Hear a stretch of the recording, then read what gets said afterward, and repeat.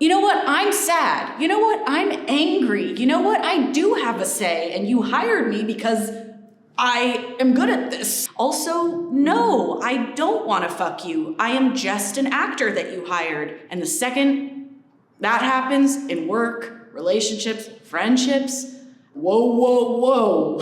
Where'd this come from? So I should come out here now? And I sit? Okay. Wow, this is a powerful stool. Thank you for saying that. That's so sweet. Yeah, I think I saw the first one of these videos probably around when I first moved to LA, and her name was Caitlin. She's an actor. Oh, yeah, And Stacy. yeah, I watched that one before people were publicly having conversations and being vulnerable in that way. To see that kind of vulnerability and literal emotional stripped downness was extremely impactful for little impressionable me in therapy. Like when I'm with my pal, my therapist, she'll sometimes, when we're going somewhere really deep, and she'll be like, you look so young right now. I guess I do a physicality that's like my little me comes out, and it's, oh no, I knew I would sit here and start crying immediately, but like, yeah, I don't think little Haley is afraid. I think she's just like, whoa, this is who you are and you're being her in the world? Like, is that allowed? And I'm like, yeah, it actually is. What do you want to take off? Well, let's take off the clown collar. Do you want to talk about why you're wearing the clown collar? I'm really interested and find it super meaningful, like the metaphor of a sad clown, the yearning and desperation and exhaustion, like through that very physical mask, is really poetic. And then being an actor, it's very vulnerable to be that way, period. But then when you take that sensitivity and vulnerability and you like literally bank on it, it intensifies it all, because you like show up to a set in front of all these like middle-aged men that you've never met, like an open wound, you know? And that's literally your job. That's another thing I find just so beautiful about, oh my God, this just, I didn't even unclip it, it just, I didn't even have to unclip it. I feel like I've been like a strainer, like a pasta strainer, and things are just falling through the strainer. And at first I was like, oh my God, don't leave me, I need you on my pasta. But now, like the last year, I think, I've been like, thank God I have a strainer, and thank God those things went through my holes.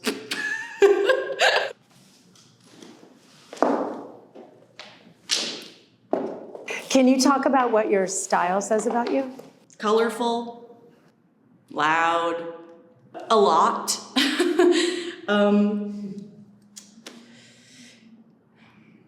I mean, I've learned and like become comfortable with picking things out that feel like me and that like amplify the person I feel like inside.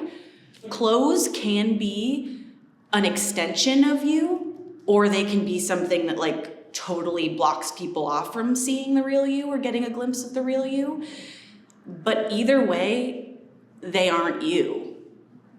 I do know that like I'm actually more me when I'm naked. Why do you say that? It's the purest form of me. Like, style changes. You changes too. But then it's like, why do we feel so, oh my gosh, I'm gonna get naked in front of my partner for the first time, you know? Like, it's so intimate because it's truly just like, just you.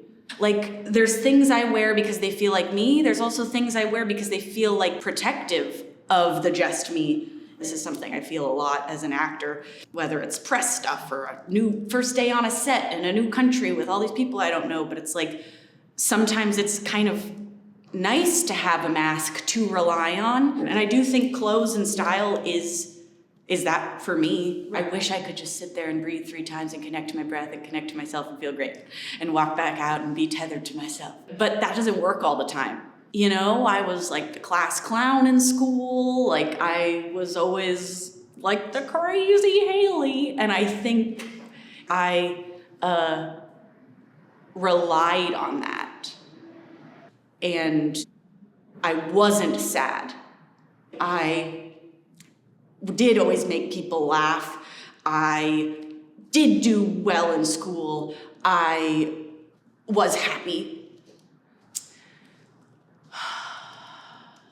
When just one part of you is like always expected to run the show, like it's not sustainable, because I'm also sad and I also fail.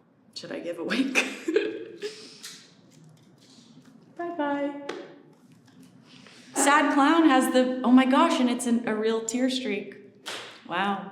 What are assumptions that people make about you based on your appearance?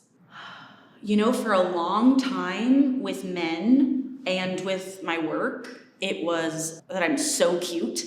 Like, I'm such a cute girl. Like, and I'm just so positive, and I will just do whatever. And same thing in relationships, like romantic relationships. I think that, like, I don't know if I've like ever felt fully seen in a romantic relationship, like fully seen and accepted. I guess that's the person I'll marry.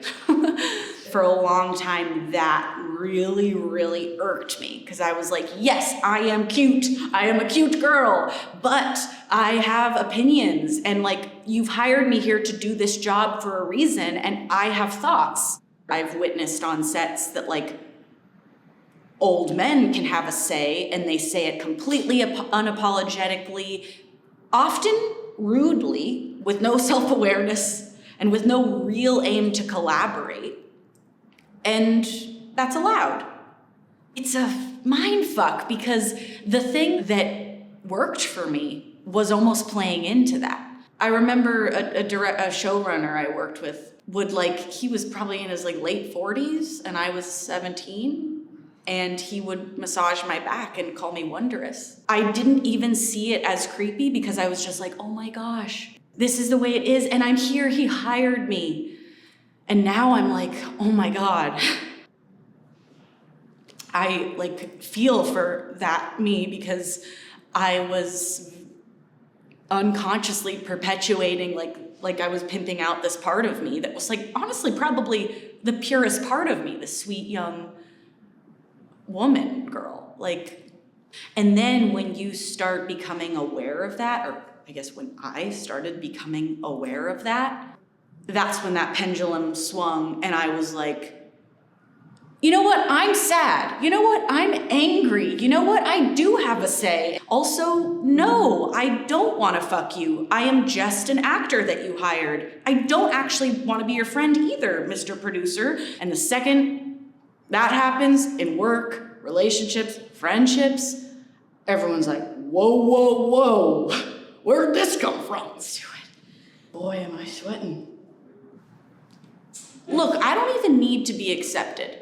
And it's not other people's responsibility to make space for me to be all of myself. That's my responsibility. I only want to show up to spaces that have enough room in them for me to make the space to be myself. What is meant for me is going to happen, and what goes through the pasta strainer is gonna go through it.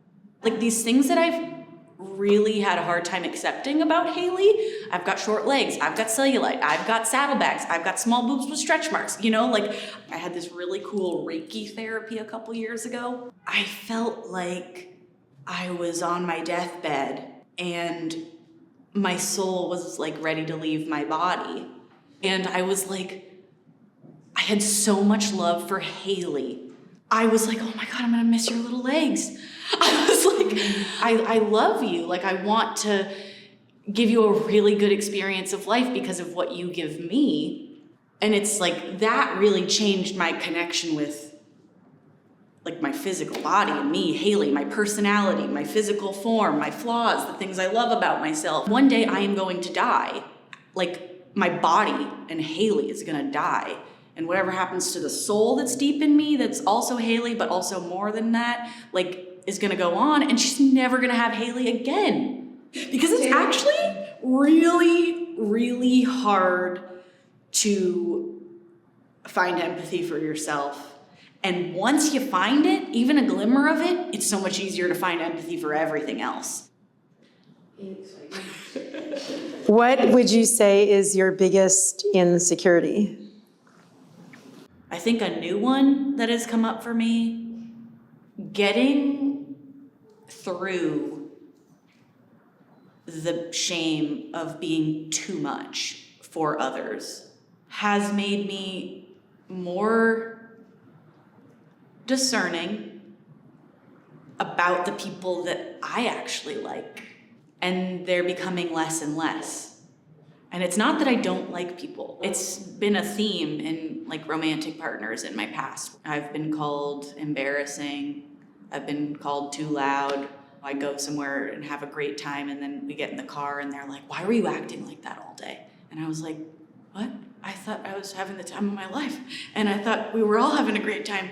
But now I'm in this, what should be like the most safe space, just in the car with you, and you're, oh my God, like, could you just stop? Like, it's so much. Sometimes it would make me small and I would just shut up. And other times I would be like, you can't tell me that. I'm gonna go out and I'm gonna be this. I'm gonna be so much that, cause fuck you. Now I look and I'm like, oh my gosh, I wish I could have just been like, Haley, this isn't about you. To find people that are really aligned is harder these days. And sometimes I'm scared of the loneliness forever. Mm-hmm. Why have I been drawn so many times to men that have this specific ideal of me, and then when they start seeing all the other things that I am, shaming it, not accepting it, not choosing it? Am I ever gonna find someone, like a partner, like a romantic partner for life, that does see me in the way I feel like I deserve at this point, and that I see and accept and love? A lot of that has been like the maternal part of me talking to these like past versions of myself, but like talking to them and healing them. I think like the cherry on top of the too much, one of my closest friends told me, Haley, I can't be your best friend anymore. You're just too much. I immediately went to, I'm sorry, like, okay, what can I do? Like, how can I still be there? And then I was like, this is the same thing. I don't have to hate you or like resent you or cut you out of my life because I'm too much for you. I still love you. I still love her. But I also see clearly what we are to each other now, and that like maybe we were aligned for years and years and years, but now we're not. And this is how she expressed it to me, but it's not because I am too much. It's because wherever she's at in her life right now, I'm too much for her. The healing from that, the acceptance through that, it took like the last 2 years for me to be able to be like, Haley, why are you still trying so much? What do I want to give? What do I love? What energy do I want to be around? What type of person do I want to like have that, foster that safe space with?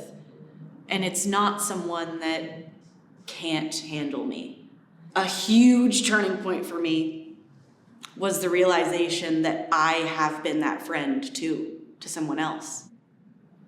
It was a friendship breakup I had like 8 years ago over email, as you know, 21-year-olds do.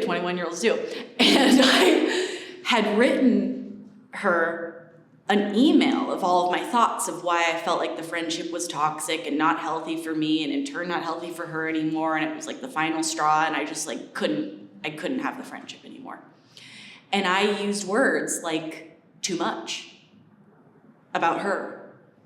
At the time, I knew that it was what was right for me. Like her pain, her negativity, her struggles, her attachment, it was too much for me. But I saw these words in this email I sent, and I was like, oh my God, I have been both. And I felt like this oneness with all of us. I felt this extreme compassion and empathy for my ex-friend 8 years ago. I reached out to her, and it was actually a really beautiful relief, I think, for both of us, and was kind of the boss fight in the video game, like a big unexpected one to like really find the acceptance in that. Sometimes there is like just absolute darkness, and like sitting in the darkness and sobbing, on my floor. I've done that a lot. And like in that moment being able to hold yourself, and that's like means so much. And keeping doing that over and over and over until you turn a corner. When do you feel the most vulnerable? I show up to a set with 200 people I've never met. You have to be intimate right away. I have to show up on set on Monday after knowing them for 4 days and cry about my dead husband, or whatever. But then I have to do it again, even if I don't get the external validation. So it forces you to find that safety inside, because the show must go on. Probably a part of the reason why I've had to grapple with a lot of these things and face a lot of these things young in my life is because I'm expected to do shit like that at 16.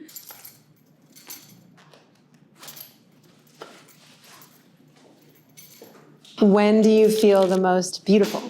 Definitely don't feel beautiful when I'm on Instagram. Not there. Yeah. I felt so beautiful and ethereal and goddessy dancing. Sometimes in scenes, when I'm doing something that just I kind of forget where I am and I just feel really honest in a moment and I'm connecting to someone. I had one big experience with a woman. With her, I felt really beautiful because I saw her tiny tits and I was like, those are so beautiful. That's what I have. I felt her softness and I was like, oh my God, I'm that soft? That was profound for me. What is your wildest dream? To get better with age, to feel more beautiful with age, and for me to continue feeling as much of it as I can, because truly the deeper I feel things, the better it is. And it comes with shit, getting your heart broken, getting disappointed, getting rejected, getting all these things, but maybe those things aren't actually real. Maybe rejection isn't actually real. I have tried to be, more mysterious or less, but first of all, I can't. Second of all, and this is the kicker, I don't want to, because I would rather be too much, cracked wide open, embarrassing, not even funny. Because the things that seep in when you're like that, and the things that do last, the things you feel within yourself, things that you're open to and experience are so the reason, the purpose of existing.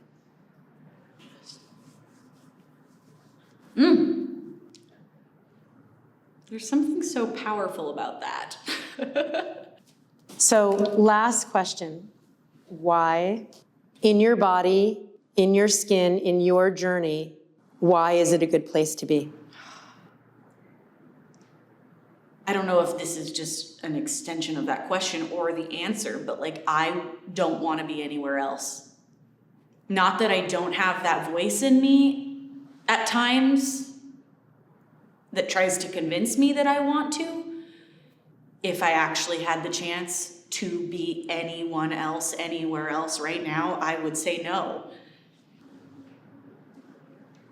There's so much more good than pain. And because I feel a lot, the pain has been a lot, and I'm sure there will be more. But I do know that the good will be more worth it and beautiful. And I know that I only have this life with me. So I want to, like, be in it fully.